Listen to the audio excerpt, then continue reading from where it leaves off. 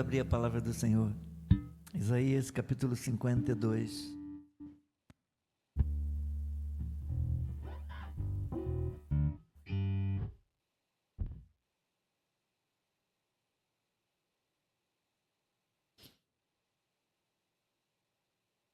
Me perdoem por desorganizar a organização, por descumprir a ordem, não no sentido de mandado, de mandamento, mas a ordem, a estrutura, a liturgia. Mas eu sinto do Espírito, eu sinto do Senhor, que esse é o momento da palavra. Isaías 52, a partir do versículo 13, até 53, versículo 12.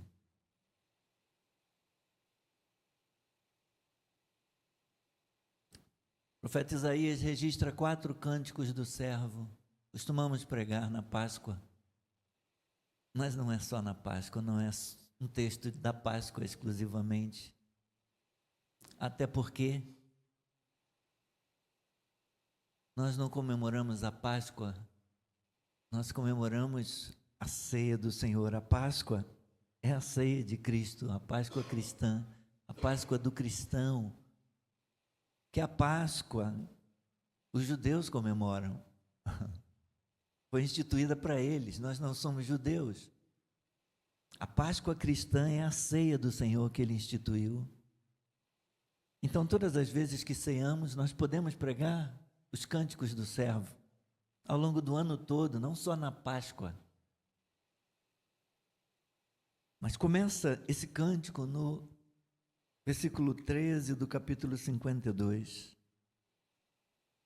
que dá título ao capítulo 53. Normalmente a gente fala do 53 como o cântico do servo, a mensagem do servo sofredor, mas começa aqui o cântico. O testemunho do Deus Criador sobre o servo, sobre o rei. Eis que o meu servo, com S maiúsculo, eis que o meu servo procederá com prudência, será exaltado e elevado, e será muito sublime. Como muitos pasmaram à vista dele, pois o seu aspecto estava desfigurado, mais do que de qualquer outro, e a sua aparência mais do que a dos outros filhos dos homens. Assim causará admiração às nações, e os reis fecharão a sua boca por causa dele, porque verão aquilo que não lhes foi anunciado, e entenderão aquilo que não tinha ouvido.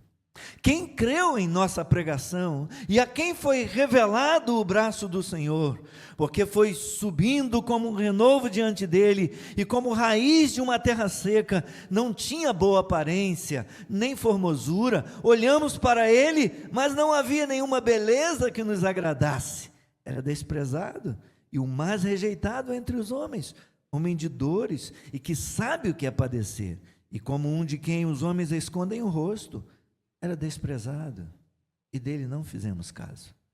Certamente ele tomou sobre si as nossas enfermidades, e as nossas dores levou sobre si, e nós o considerávamos como aflito, ferido de Deus e oprimido, mas ele foi traspassado por causa das nossas transgressões, e esmagado por causa das nossas iniquidades. O castigo que nos traz a paz estava sobre ele, e pelas suas feridas fomos sarados. Todos nós andávamos desgarrados como ovelhas, cada um se desviava pelo seu próprio caminho, mas o Senhor fez cair sobre ele a iniquidade de todos nós. Ele foi oprimido e humilhado, mas não abriu a boca. Como cordeiro foi levado ao matadouro, e como ovelha muda diante dos seus tosqueadores, ele não abriu a boca. Pela opressão e pelo juízo ele foi levado, e de sua linhagem quem se preocupou com ela? porque ele foi cortado da terra dos viventes, foi ferido por causa da transgressão do meu povo. Designaram-lhe a sepultura com os ímpios, mas com o rico esteve na sua morte, embora não tivesse feito injustiça e nenhum engano fosse encontrado em sua boca. Todavia, ao Senhor agradou esmagá-lo, fazendo-o sofrer, quando ele der a sua alma como oferta pelo pecado.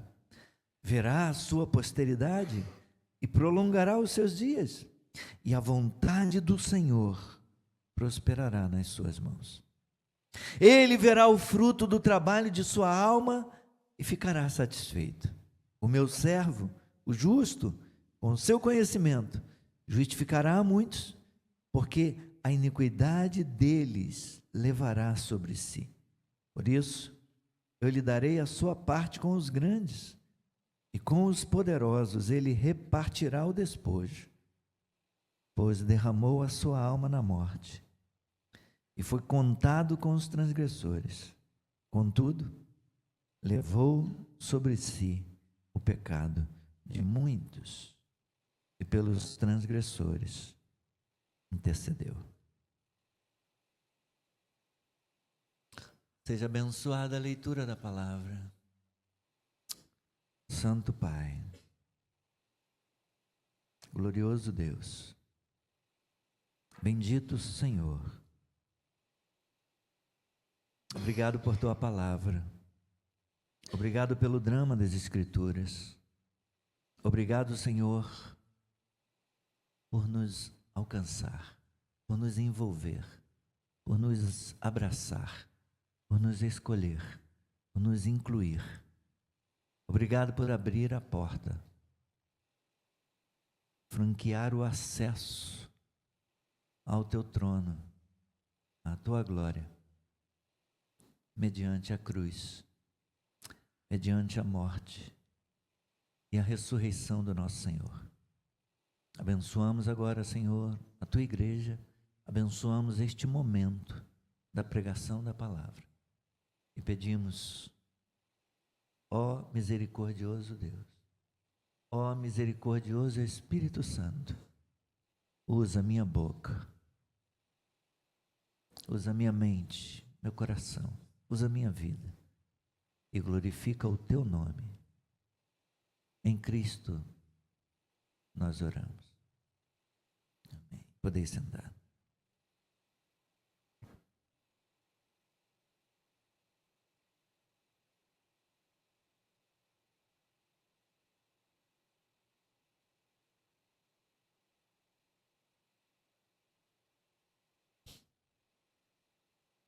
Ontem eu tive uma oportunidade singular de dar as primeiras aulas no módulo de Teologia Bíblica do IBRMEC, a turma presencial que se reúne lá na igreja de Nova Iguaçu. E falávamos sobre as narrativas, as histórias bíblicas. A maior parte do texto bíblico é narrativa ou história. Mas embora nós encontremos histórias pessoais, narrativas pessoais na Bíblia, conhecemos a história de Adão e Eva, conhecemos a história de Noé, dos patriarcas, conhecemos a história de Moisés, de Josué. Embora a Bíblia relate, registre essas narrativas pessoais, essas histórias pessoais, o propósito da Bíblia não é mostrar essas histórias como um fim em si mesmo. A Bíblia não é a história de Adão, de Eva, não se resume à história de Noé ou de Abraão, Isaac, Jacó, José. Não se resume à história de Moisés, de Josué, de Davi, de Josias. Não se resume à história dos apóstolos. Antes, o propósito da Bíblia é mostrar como essas histórias se juntam para contar uma única história, para trazer para nós, leitores da palavra, uma única mensagem de um único personagem, que é o Senhor Jesus Cristo, o Filho de Deus, e de sua obra na cruz. Então, aprendemos e ensinamos que o drama das Escrituras traz para os seus leitores uma única narrativa que é também unificada, progressiva, abrangente, fundamental, exclusiva e também dramática.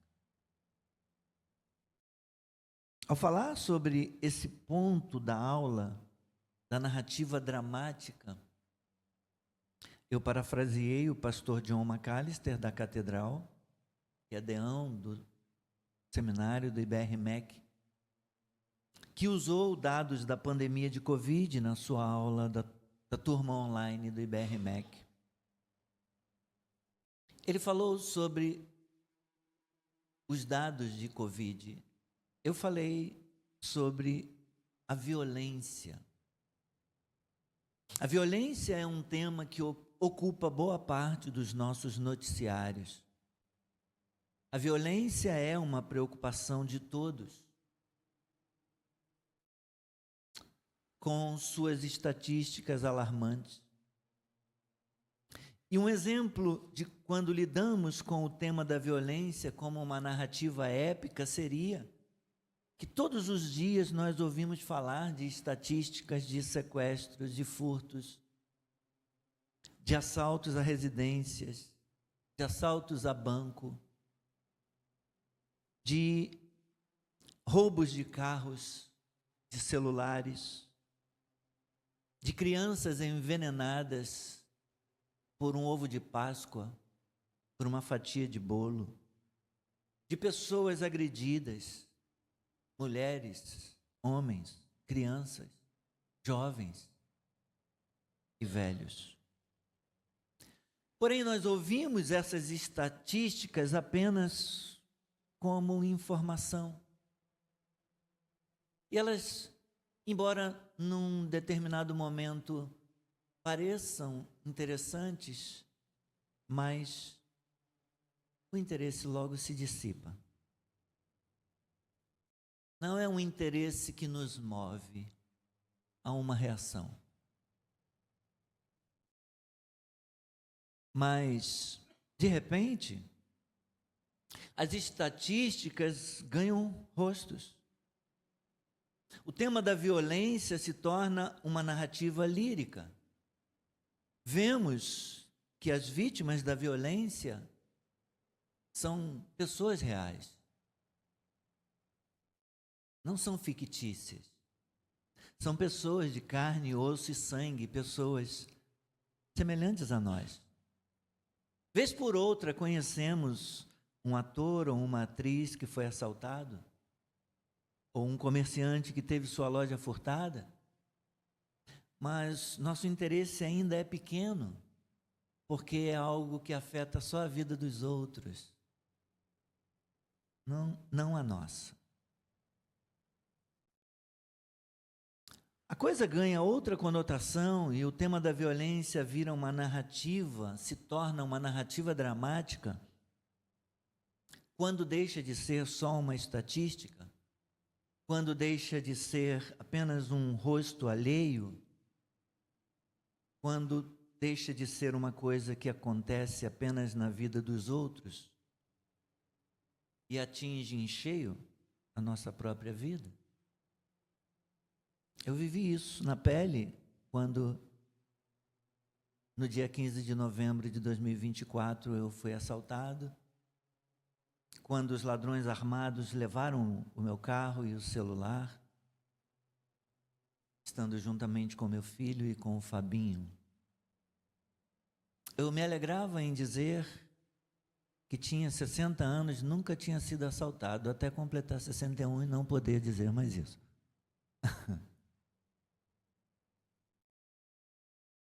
Então, foi nesse momento que o tema da violência deixou de ser só uma estatística e algo que afeta a vida dos outros, mas se tornou um drama pessoal. Se tornou um drama do qual eu participei e afetou em cheio a minha vida, ganhando então uma outra dimensão. Uma coisa é ouvir estatísticas de violência. Outra coisa, um pouco diferente, é conhecer alguém que foi vítima de algum tipo de violência. Mas é algo completamente distinto quando você sente na pele, quando você se torna parte daquilo, quando você se vê envolvido no drama. Quero falar com vocês hoje, meus irmãos, a respeito da necessidade de entendermos que precisamos compreender a narrativa da Bíblia como não a história dos outros, como não apenas uma informação. Precisamos entender que a história bíblica é a nossa história, que o drama das Escrituras é um drama no qual nós estamos inseridos. A maneira como a mensagem da Bíblia chega até nós, ou como nos comportamos em relação à narrativa bíblica, se encaixa mais ou menos nesse exemplo que eu dei da narrativa épica, da narrativa lírica e da narrativa dramática. Muitas pessoas leem a Bíblia apenas como uma narrativa épica. Elas se veem esporadicamente atraídas por informação, por números, por datas, por eventos, por um tema ou por outro, mas há pouco interesse, porque elas só querem usar a Bíblia uma vez ou outra para uma consulta. Para outras pessoas que leem a Bíblia como uma narrativa lírica, a sua abordagem e interesse na Bíblia muda um pouquinho, porque já envolve uma relação mais afetiva. Elas têm apego pela história do filho pródigo, se emocionam na maneira como o pai lhe recebeu de volta. Mas isso não é suficiente para lhes fazer sentir-se atraídas pela mensagem de Cristo, porque elas não entendem que o filho pródigo lhes representa.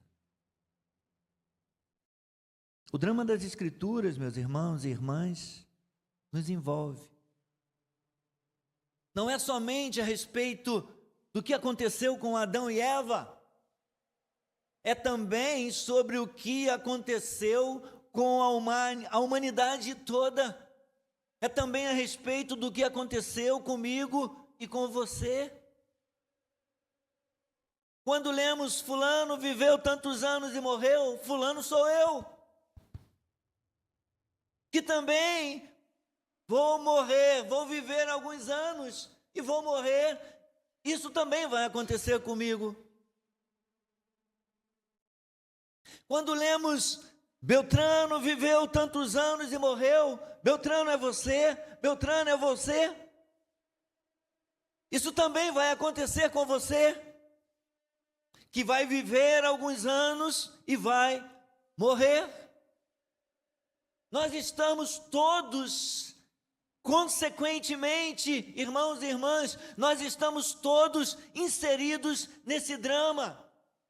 Quando a Bíblia afirma que não há ninguém que seja bom, não há nenhum sequer, isso me atinge em cheio e atinge também a você. É sobre mim e sobre você.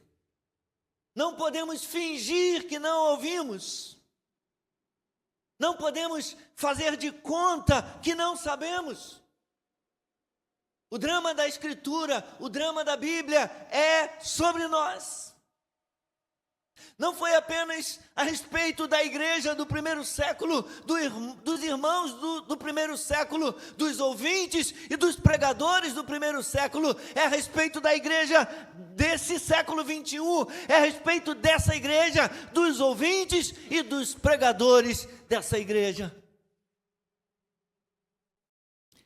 Quando Paulo diz aos cristãos de Éfeso: vocês estavam mortos em suas transgressões e pecados, nos quais vocês andaram no outro tempo, segundo o curso deste mundo, segundo o príncipe da potestade do ar, do espírito, que agora atua nos filhos da desobediência. Efésios capítulo 2, versículos 1 e 2. Quando Paulo diz essas palavras para aqueles crentes, a Bíblia está dizendo isso para mim e para você. A Bíblia está dizendo isso também de mim e de você. Nós estamos inseridos nesse drama. Nós também, assim como os cristãos de Éfeso, nós também andamos outrora nesses mesmos pecados, nesta mesma desobediência, cativos, sujeitos a esse espírito de desobediência que atua nesse mundo. Irmãos e irmãs queridos, a Bíblia só terá efeito em nossa vida quando nos encontrarmos, quando nos enxergarmos nesse drama, quando nos virmos envolvidos como sendo parte da cena, como sendo parte da narrativa.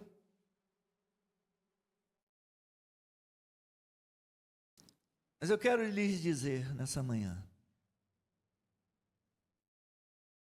eu não vim aqui hoje para trazer-lhes somente más notícias.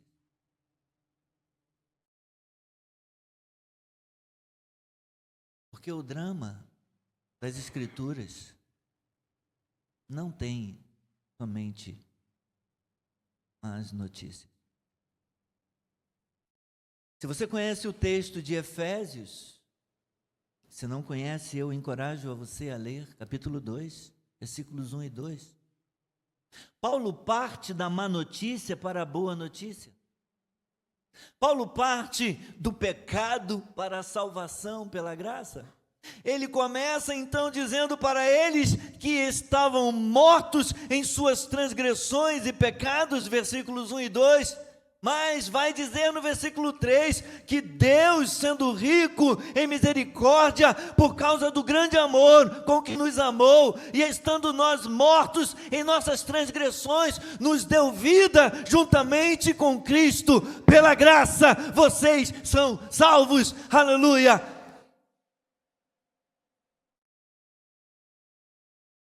Estávamos mortos nos nossos delitos e pecados, mas fomos salvos pela graça, fomos alcançados pela graça. A narrativa bíblica, com sua mensagem única, progressiva, abrangente, fundamental, exclusiva e dramática, meus irmãos, nos mostra desde o início em Gênesis até a conclusão, até o final em Apocalipse, que toda Escritura aponta para alguém, toda Escritura é dirigida para um personagem único, o ator principal, o protagonista desse drama, aponta para Jesus Cristo, nosso Senhor e Salvador.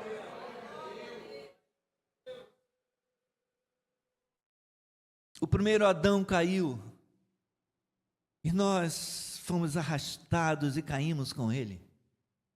Mas o último Adão, Cristo Jesus, venceu, e nós vencemos juntamente com ele. Glórias a Jesus. Jesus venceu o pecado, Jesus venceu as trevas, Jesus venceu o mal, Jesus venceu o inferno, Ele venceu o diabo, Ele venceu a morte. Jesus Cristo é o vitorioso, Ele é o vencedor. E nós somos mais do que vencedores juntamente com Ele. Essa é a parte maravilhosa nesse drama, nessa história da Bíblia.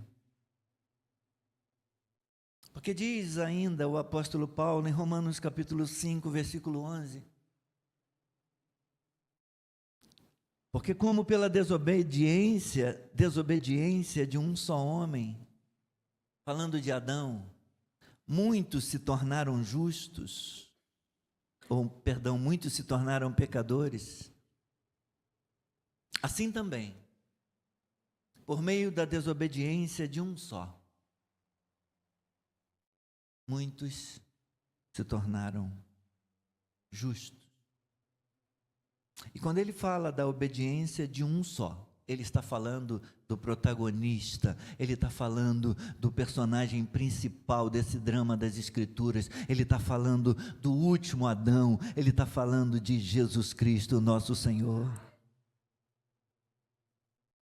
E como isso foi feito, irmãos ou irmãs e irmãos? Isso foi feito na obra da cruz, na morte e ressurreição do nosso Senhor. Vamos olhar para o nosso texto, Isaías 52, 13, 53, 12. O texto de Isaías nos ensina isso. Somos atingidos em cheio e derrotados no Éden com Adão. Porém, somos resgatados e comprados de volta para Deus no Calvário. Aleluia. Isaías 52, 13 está em paralelo com 53, 12. O primeiro e o último versículo que emolduram o texto que nós lemos. Eles funcionam como dois marcadores. E aqui, entre esses dois marcadores, versículo 13 do capítulo 52 e versículo 12 do capítulo 53, nós temos, como já disse, o último cântico do servo em Isaías.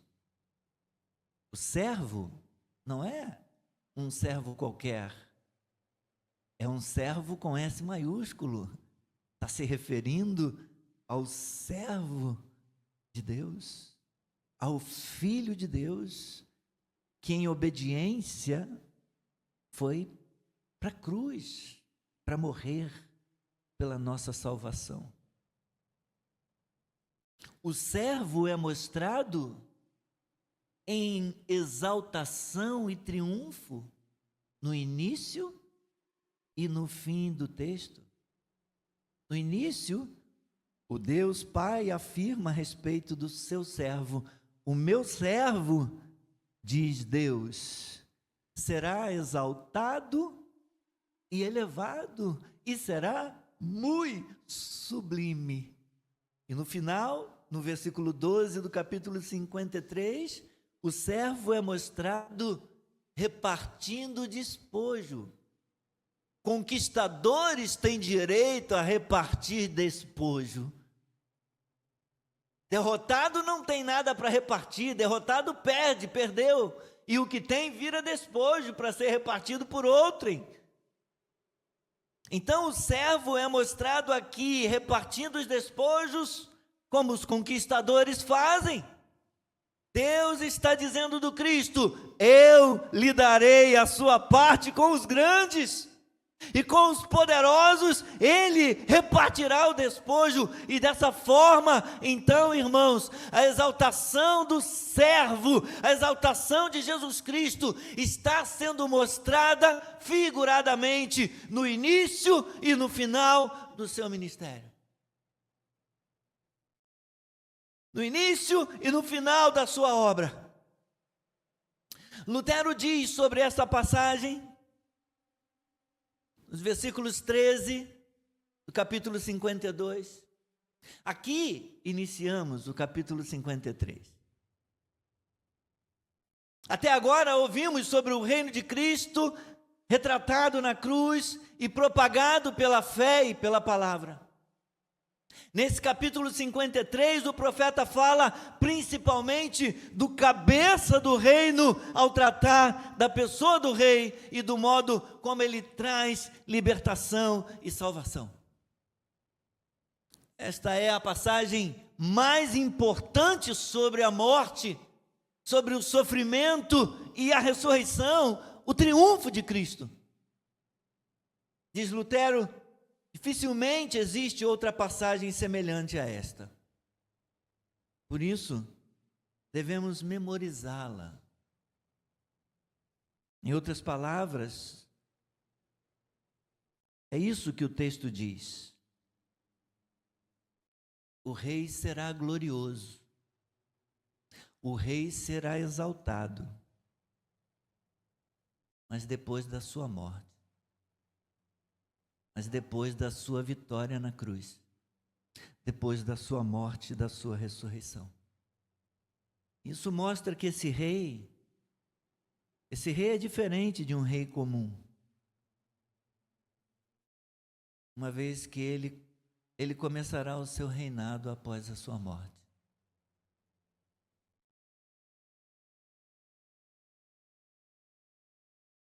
Muitos não querem fazer parte desse drama, porque não entendem por que precisa ser assim, por que ele não é um rei como os outros reis, por que ele não veio em glória, com pompa e circunstância, não veio a primeira vinda, veio humilde, nascendo numa manjedoura, montado num jumentinho, mas chegará a hora em que ele virá. Ele virá com pompa e circunstâncias, com miríades de anjos tocando as trombetas e anunciando a volta do rei. Ele voltará para reinar, e nós reinaremos com ele, aleluia. Essa hora chegará, mas nesse momento aqui, ainda seria através da morte, porque ele precisava conquistar a morte. Ele precisava provar seu poder sobre a morte, passando por ela, morto sim, mas ao terceiro dia, ressuscitado, aleluia, para mostrar: morte, você não tem poder nenhum.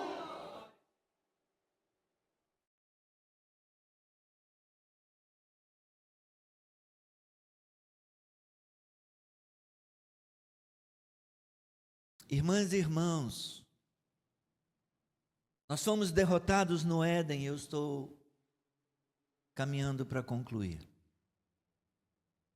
Nós fomos derrotados no Éden, mas fomos conquistados no Calvário.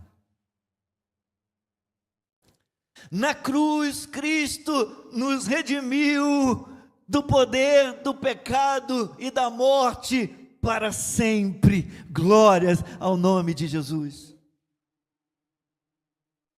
Nesse texto de Isaías, nós somos vistos contemplando a cruz e o sofrimento de Cristo. O escritor sagrado diz: nós olhamos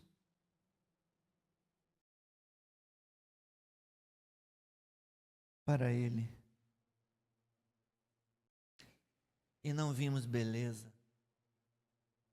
Nós olhamos para ele e não vimos: como pode um rei assim?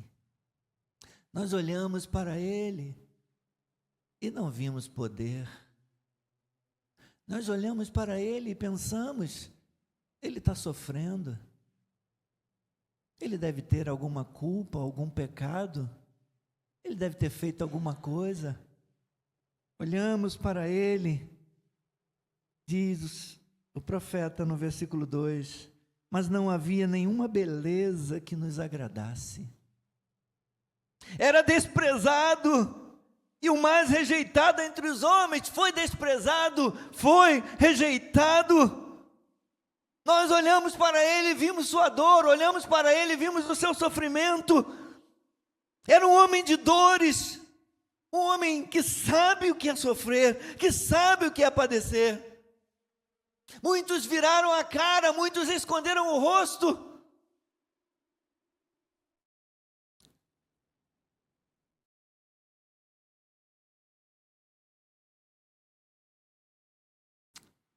E continuamos contemplando Jesus Cristo.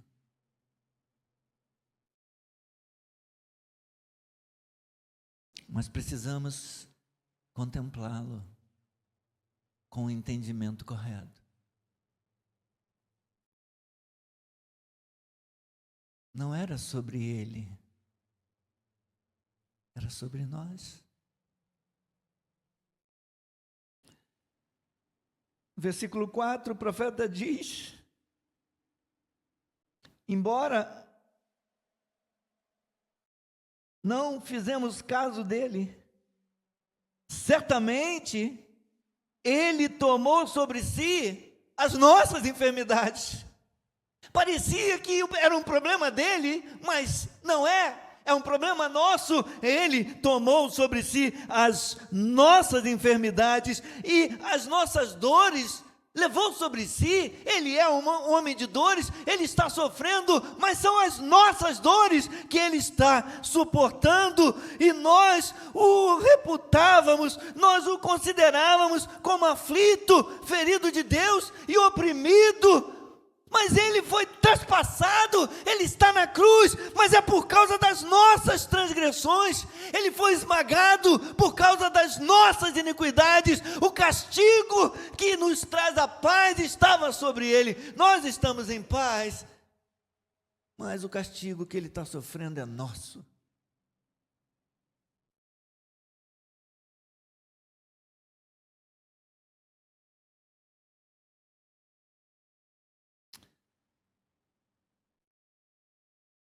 John Stott diz que ao olharmos para a cruz, Cristo parece dizer para nós: eu estou aqui por causa de vocês.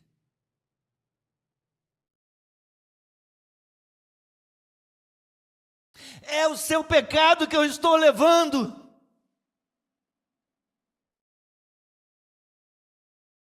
É a sua maldição que eu estou sofrendo. É a sua dívida que eu estou pagando.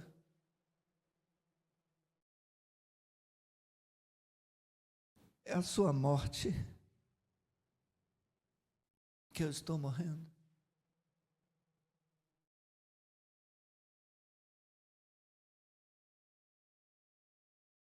Irmãos, nada na história ou no universo nos faz tão conscientes da nossa miséria como a cruz.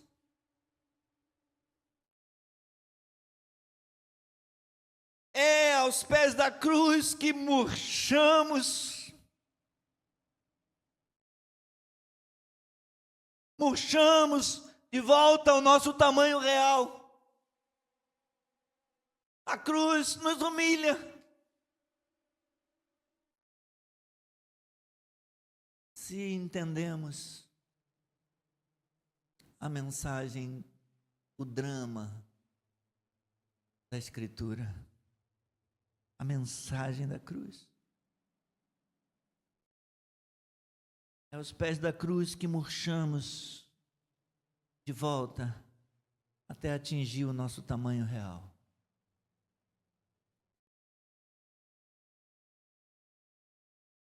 A cruz nos lembra quem nós somos.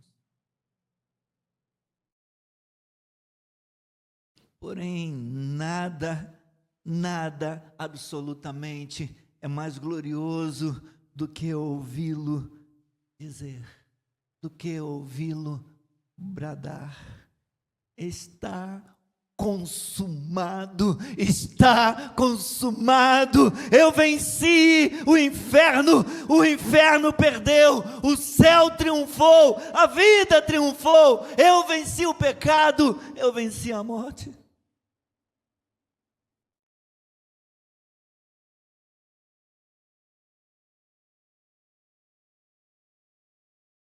Isaías 53:12 diz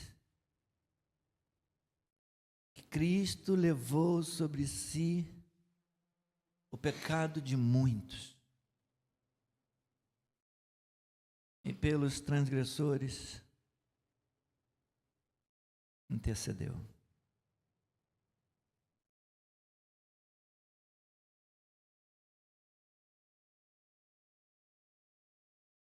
Isso nos mostra, ou nos lembra,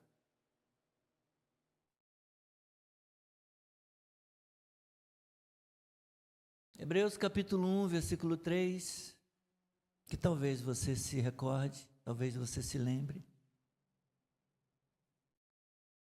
Antigamente Deus falou aos pais, pelos profetas, de muitas maneiras. É uma referência ao Antigo Testamento. Mas nestes últimos dias, uma referência ao Novo Testamento. A mensagem toda, ao drama inteiro da Bíblia, do Antigo ao Novo, de Gênesis a Apocalipse. Falou antigamente aos pais pelos profetas, mas nestes últimos dias nos falou pelo Filho, a quem constituiu o herdeiro de todas as coisas, e por meio de quem sustenta o universo. Ele, que é a expressão exata do ser de Deus.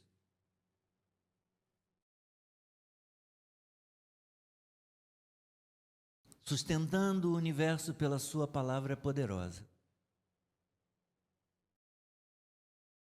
Depois de ter feito, Hebreus 1:3, depois de ter feito a purificação dos pecados, assentou-se à direita da majestade nas alturas. Depois de oferecer a sua oferta, a única oferta, a oferta derradeira, a oferta definitiva pelos pecados da humanidade, depois de ter feito a purificação desses pecados na cruz e dizer: está consumado,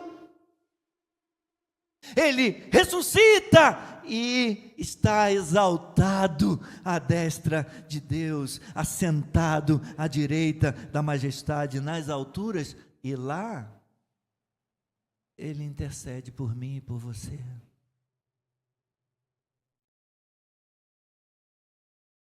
Esse drama das Escrituras nos envolve. Você entende que isso é sobre você também? Não é só sobre mim? Que você faz parte disso? Que você morre com Adão, mas que você vive eternamente com Cristo? Que você não é uma figurinha solta por aí, vivendo de qualquer maneira, fazendo o que der na telha. Nossa vida tem um propósito, nós temos uma identidade, nós somos filhos de Deus, comprados pelo sangue de Cristo, pela fé nele. Nossos dias estão contados, determinados, e tudo que fazemos deve ser para a glória de Deus. A maneira como pensamos, como falamos, como vivemos, como compramos, como vendemos, como usamos nosso tempo, como usamos nossa saúde, como usamos nosso corpo.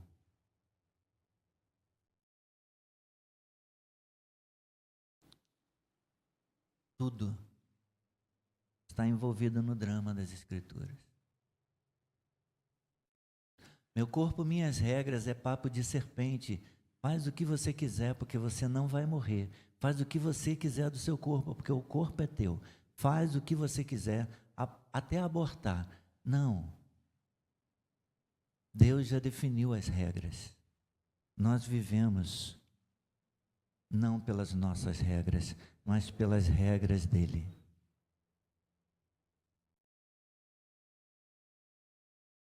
Nós fazemos parte do drama da Escritura. É sobre nós. Morremos com Adão. fomos arrastados por essa tragédia da humanidade. Mas Deus enviou o resgatador, Deus enviou o redentor. Isso também é o drama das Escrituras, essa é a mensagem toda.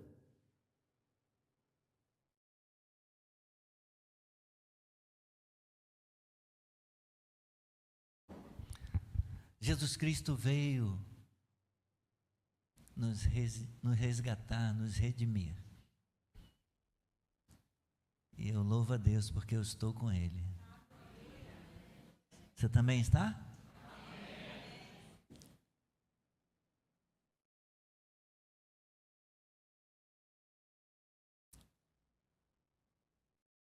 É dramática a história, mas é gloriosa.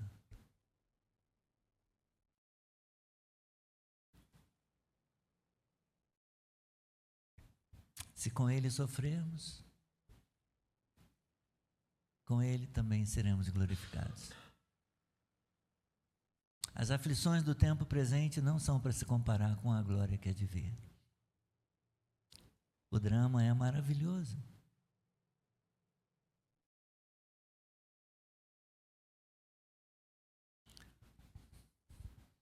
Na cruz me libertou, na cruz me libertou, na cruz me libertou, na cruz me libertou. No altar da adoração, seja sempre exaltado, Jesus, Filho de Deus. Deixou a sua glória, morreu em meu lugar. Jesus, Filho de Deus. Tu és Jesus, Filho de Deus. Que Ele seja exaltado, que Ele seja engrandecido. Ele nos deu o privilégio de estarmos com Ele. Que coisa gloriosa! Vamos lembrar que nós participamos do drama.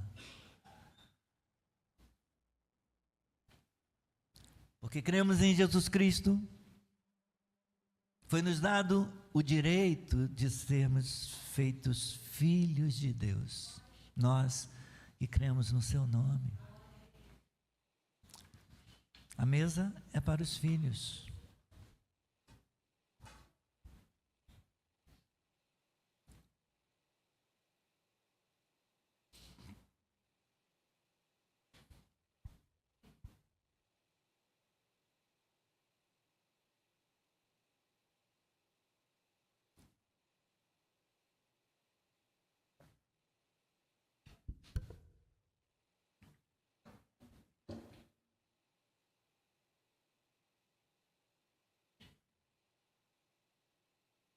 Nós abençoamos, Senhor.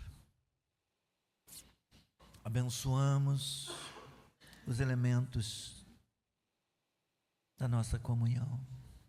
Damos graças a Ti pela obra perfeita de Cristo, pela obra suficiente de Cristo na cruz.